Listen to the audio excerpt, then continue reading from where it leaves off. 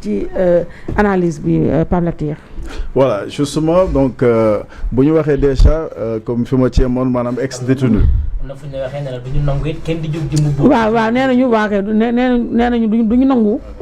kenn di jóg ne Fall traduire ma ni ci olof ndax yow yaa ma gën a dégg olof bi. kii moo jàng.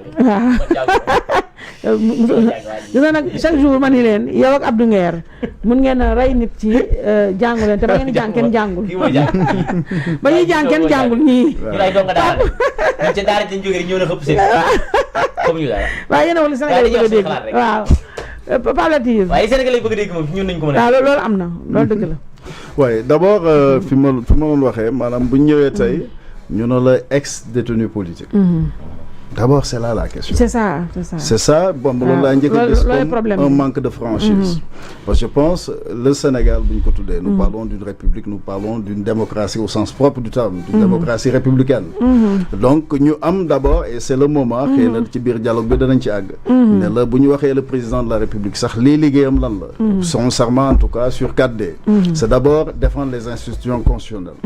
Défendre l'indépendance nationale. Défendre l'intégrité du territoire national et défendre l'unité africaine. Juste pour dire am na ñoo xam ne nekkoon nañ fi démb ak barki démb pour le citer comme le président Macky Sall ak ñi nga xam ñoom la àndaloon ci liggéey bi et surtout parlant des forces de défense et de sécurité.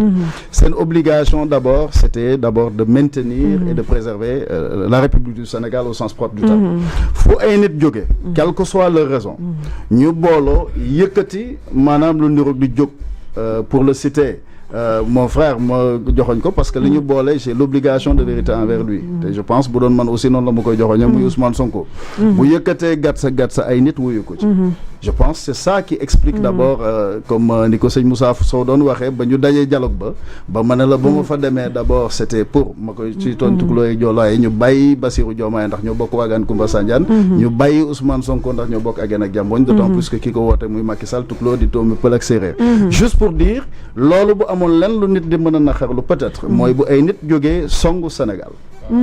en profondeur la République dans sa profondeur dem moo xam lu mën a nekk seen motif dem ba mu mel ni li nga xam ne moom la ñu am li gën a cher parlant de la République du Sénégal toujours muy maanaam ce qu'on appelle l'ordre constitutionnel au sens propre du terme bu ñu demee ay nit jóg quelle que soit encore le raison en maintenant bien sûr la présomption d'innocence ndax xëy na amul ñàkkul ku ñu fekk ci mbooloo mi buubaale ko mais je dis tout simplement plus jamais ça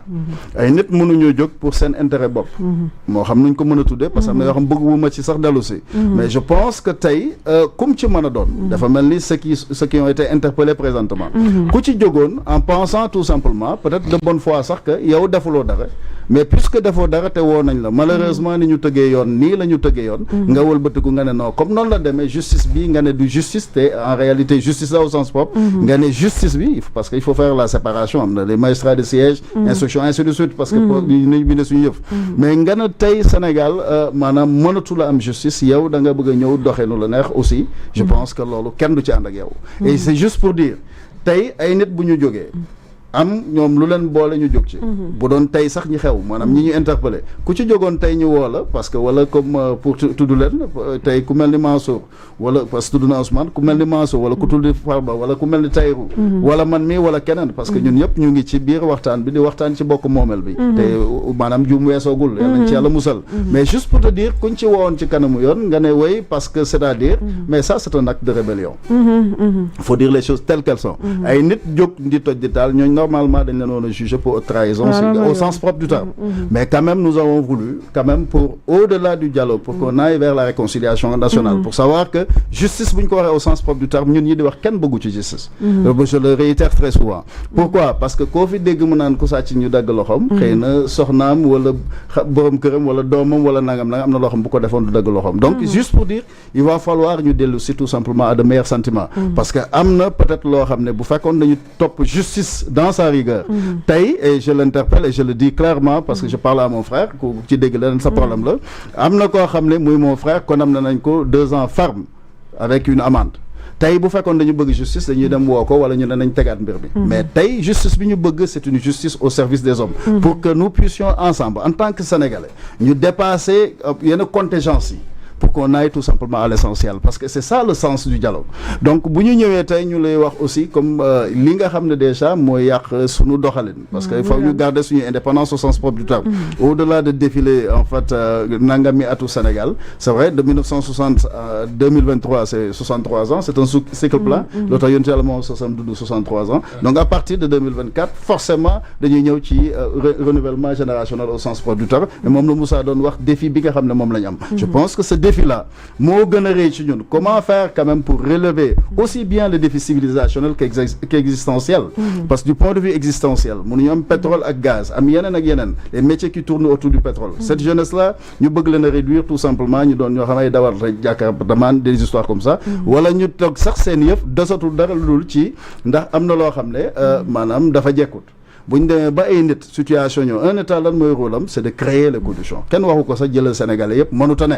dans les pays qui marchent à part le Sénégal le pays que je connais le mieux au monde c'est les États-Unis ñu bëri bëgguñu liggéey dans l'administration centrale côté privé lañu bëgg parce que les gens créent les conditions pour que nit ñi mën a liggéey créer les conditions d'abord mooy dalal xelu investisseurs yi en quoi faisant nga nangu tout simplement ce qu'on appelle tout simplement la garantie de représentation parce que borom kër gi tey kenn mënu ko jàpp pour quelle que soit la raison nga ne abus de confiance wala mu mën a nekk muy 10 millions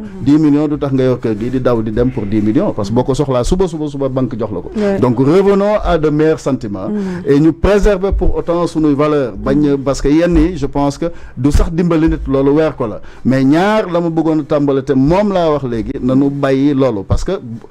réponse pour réponse ku fi jógoon tey et j'espère bien au dialogue on va se voir demain inchallah rabbi au dialogue mon frère Ousmane Sonko autant que Diomaye mais ku fi jógoon tey am na yoo xam ne ku fi jógoon bind ko tey signé ko ci boppam jëmale ko président de la République ci li ñuy woowee offense au chef de l'État des histoires comme ça ñu jàpp la tey ku ci ne am na misaal yi mën naa bañ a sori am na loo xam ne soriwul ñaar ku fi jógoon nga dem fa nga dem coow lu ca mën a jógee quelle que soit ta part de responsabilité dans cela buñ la woowee wuy juloo je suis sûr que Ousmane que je connais quand même puisque nee na bu ma ne ministre de l'Intérieur jàppal ministre de la justice jàppal walam toppal dina la topp je ne pense pas que tey pour quelle que soit la raison nit mën naa jóg ne tey dañ laa woo ci kanamu yoon nga war a wuy ji encore une fois ñuy nuyu di féliciter quand même la magistrature au sens propre du terme ce qui ne marche pas mooy architecture ni ñu tege suñu yëf parce que pour le dire tey si le parquet dépend du ministère de la justice qui dépend de la présidence de la République des gens yuy doxale pratique yooyu loolu c'était le code de l'indigénat parce que jàpp nit ñi dem ba mu mel ni mooy liggéey bi te warut a doon loolu donc nous devons revenir à de meilleurs sentiments aller dans le sens du dialogue xam ne dëkk bokk moomel dañ koy waxtaane nos divergences que nous puissions aller au-delà de nos égos ñu waxtaane li nga xam ñoo ko bokk parce que comme je dis souvent réew mi du lu ñu doon suñu maam lu ñu abbu suñu doom la buñ ko mujjee mu réew. d'accord rafet na alors Fall. non rafetul de. waaw après da nga ñëw. non tey moom d'accord maa ngi moom ci lu mu wax d'accord maa ngi moom ci lu mu wax de. Fall may nag ma rebondir. déedéet non une minute rek ma rebondir. temps bi jeex na. ah parce que dafa am yu bëri yu wax yoo xamante ni je ne suis pas d'accord. après waaw temps bi jeex na jox ko 5 minutes am maa ngi Moussa ñu xaar ko. non une minute rek pour rebondir rek. après ñu non kon jox leen. day def ko jox leen. yi mu wax muy wax yu ko tax mais d'accord naa ko su ma jëlee dinaa ko remercier waale amul problème dinaa ko remercier waale. yooyu xam nga boo ko doon jox bu suba ma topp ci ginnaaw am du ko def dee moo koy gënal day def rek gis nga Latir dafa wax lu am solo daanaka li ñu waroon wax lépp ci dernier point bi Latir ramassé na ko li ci ëpp solo nag mooy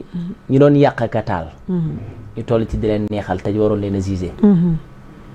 loolu mooy problème bi gis nga du ma dir si ci vidéo bi comme communiqué bi génne leeral na lu bari ñoom raxasu nañ ci ba set waaw ñoom raxasu nañ moom wane nañu carrément kii li muy def kumba xaalis li muy def moom la engagé kumba xaalis Omar Pène